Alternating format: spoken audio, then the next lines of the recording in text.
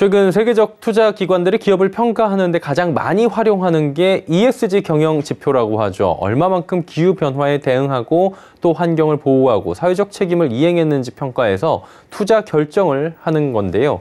ESG 경영 중에서 기업들의 참여가 가장 활발한 것이 재활용 분야고, 이 중에서도 배터리 재활용이 가장 핫한 분야로 떠오르고 있다고 합니다.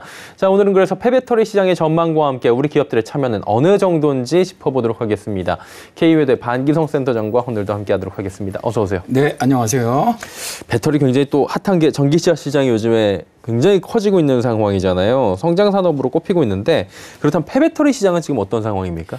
그렇죠. 말씀하신 것처럼 지금 거의 자동차 시장이 전기 자동차 시장으로 울먹여가면서 그렇죠. 실제로 이제 수요가 급격히 늘어나고 있는 것이 전기 배터리입니다. 그런데 최근에 폐배터리에 들어가는 원자재 가격이 급상승하면서 폐배터리 시장이 뜨겁게 달아오르게 되는 것인데요. 에너지 시장 조사 업체인 S&E 리서치에 의하면 2019년 1조 6,500억 원 규모의 전기차 폐배터리 시장의 규모가 2030년에 가면은 20조 2천억 원까지 성장할 것으로 전망을 했고요. 앞으로 30년 뒤인 2050년에 가면 최대 600조 원까지 성장할 것으로 예상을 하고 있습니다. 자, 이렇게 폐배터리 시장이 급성장할 것으로 예상되는 것은 전기 자동차 판매량이 급속하게 늘어나기 때문입니다.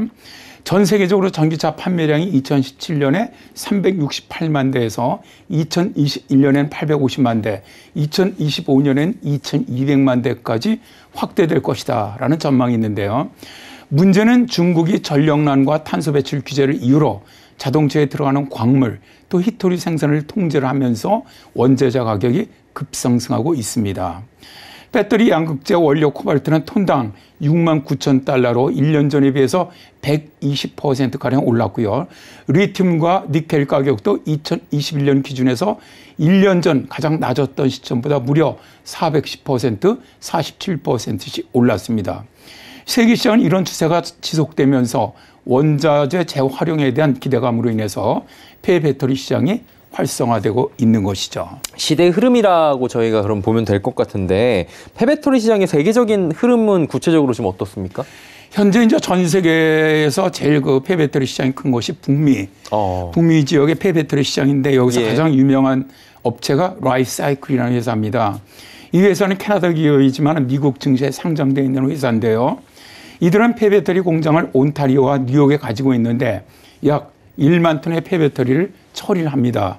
그리고 2022년에는 애리조나에 1만 톤 추가 처리 계획을 가지고 있고요. 2023년 초에는 6만 톤을 추가할 계획을 가지고 있는 회사인데요. 이 회사는 지속 가능한 이온 배터리 재활용으로 기존 배터리 공급체인을 없애겠다라는 이런 목표를 가지고 있습니다. 라이사이클의 폐배터리 재활용 단계를 보면은 먼저 부시는 단계 이후에 잘게 부셔진 폐배터리에 용액을 넣어서 니켈, 코발트 등의 원자재를 추출을 합니다. 이들은 뛰어난 기술력으로 기존 방식에 비해서 거의 25에서 30% 이산화탄소 배출을 줄이고 있는데요. 이들은 자사의 리튬 이온 배터리의 재활용 평균 성장률이 매년 82% 정도 될 것으로 추산하고 있습니다. 그런데 이들의 주요 고객 중 하나가 우리나라의 LG에너지 솔루션입니다. 잘 아시지만 LG에너지 솔루션은 전 세계에서 가장 큰 전기 자동차 배터리 제조업체 중에 하나죠. 예, 최근에 상장을 하기도 했고요. 굉장히 또 핫한 기업인데, 우리나라의 경우에는 LG에너지 솔루션 외에도 이제 빅3라고 하죠. 삼성 SDI, SK온, 배터리 생산 기업을 보유하고 있는데, 그렇다면 이들 기업도 결국엔 폐배터리 쪽을 놓쳐서는 안 될 분야인 것 같은데 어떻습니까? 그렇죠. 말씀하신 것처럼 우리나라에 이제 3대 배터리 3사가 있지 않습니까? 예. 여기서도 폐배터리를 어떻게 보면 새로운 사업 기회로 보고 있고요. 기술 개발과 투자에 적극 나서고 있습니다. 자, 이렇게 하는 이유는 폐배터리를 재사용, 재활용할 경우 핵심 원재료 확보와 함께 글로벌 경영화된 ESG 기조에도 발맞출 수 있기 때문입니다. 최근에 LG화학과 LG에너지솔루션은 배터리 재활용 분야 투자 차원에서 앞에서 말씀드린 것처럼 폐배터리 업체인 라이사이클이 실시한 유상증자에 참여를 해서 지분 2.6%를 확보를 했고요. LG에너지솔루션은 라이사이클 지분 투자와 함께 장기 공급 계약도 체결을 하면서 오는 2023년부터 10년에 걸쳐 배터리 핵심 재료인 니켈 2만 톤을 공급받기로 했습니다. 또한 LG 에너지 솔루션은 다양한 배터리 재활용, 재사용 사업을 추진을 하고 있는데요. 지난해 2월 현대자동차 등과 함께 사용 후 배터리 에너지 저장 장치 재사용 실증 사업을 위한 업무 협약을 맺기도 했습니다. SKO는 산업통상자원부 산하 한국산업기술시험원과 협약을 맺고 사용 후 배터리 성능을 검사하는 방법 또 체계를 구축하기로 했고요. 삼성 SDI는 폐배터리 재활용 전문기업 PM그로우에 지분 투자를 했고요. 또 폐배터리 재활용 선두기업인 성일하이텍과도 협업을 진행하고 있습니다.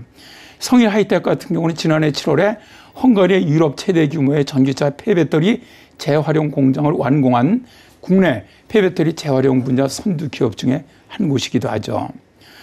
또 뭐 이런 정부에서 폐배터리 시장에 관심을 가지고 있는데요.